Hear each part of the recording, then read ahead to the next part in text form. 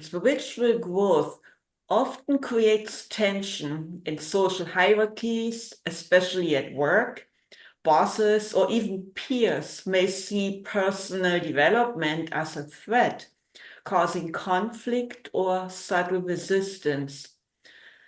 How can we respect social norms, yet not submit out of fear? He said, I feel stuck between standing my ground and yielding to authority, unsure which path to take.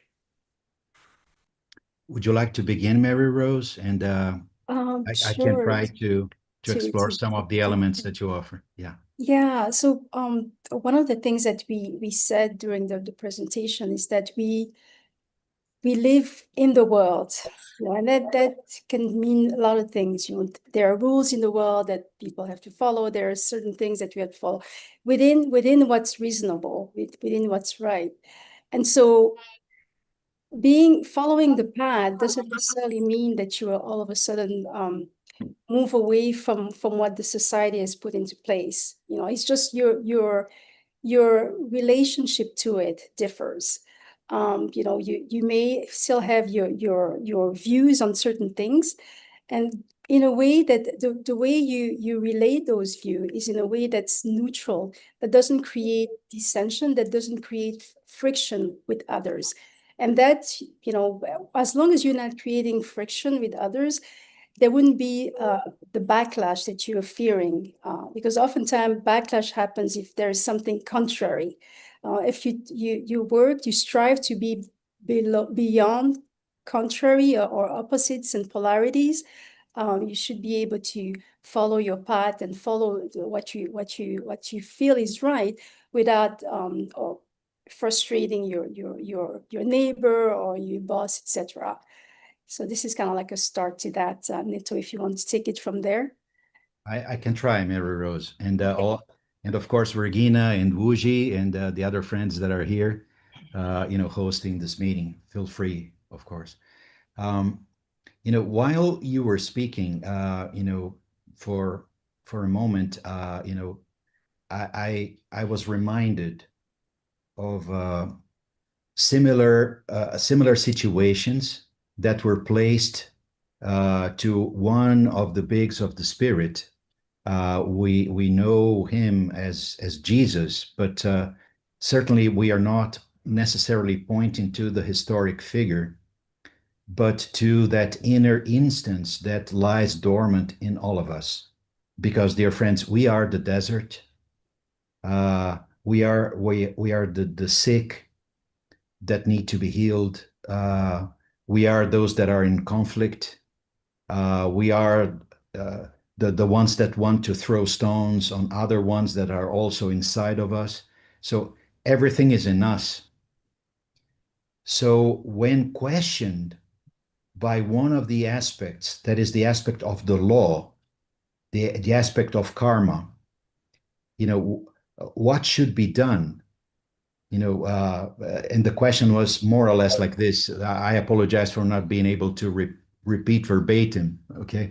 But I think the essence is there. This new consciousness was asked. Have you come to revoke the law? And this new consciousness replied, no, I came to fulfill it. To the last iota and to the last T. So it means that to live a spiritual life, we cannot, it's not that we should not, we cannot give our backs to reality, but we have to live reality in awareness, in responsibility, of course, because we all perform different roles and we have loved ones to take care of. And that's, uh, a super important aspect of our lives. But we should, live our lives from the soul and not from ego.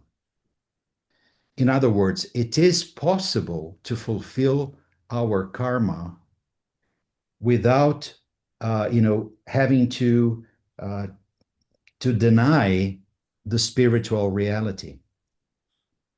And there was another moment in this narrative of the gospel, because just like the Mahabharata, the Bhagavad Gita, the Tao Te Ching, and many other sacred books of other traditions, the gospel is also a narrative, an inner narrative. And it was said to this consciousness, there was a person that was going to, people were going to throw stones on her. And he came to the front and took a stone and said, the one among you who have never sinned, please throw the first one. So he didn't stop that atrocity. He just raised it to a different level of consciousness. You see? So that's a challenge that we have in our lives. So we have our families, we have our jobs, we have our place in society. So it's not a matter of getting away from it. It is a possibility of transmuting all of that.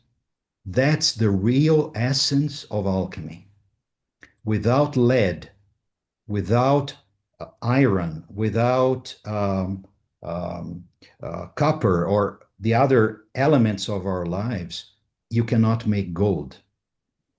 But the secret is start with a particle of gold, and then you can transmute any element. So start with the impulse of the spirit spark, the disquieting impulse of the spirit spark, and then we have the power of transmuting every aspect of our lives from the perspective of a new consciousness. That's a way to see that.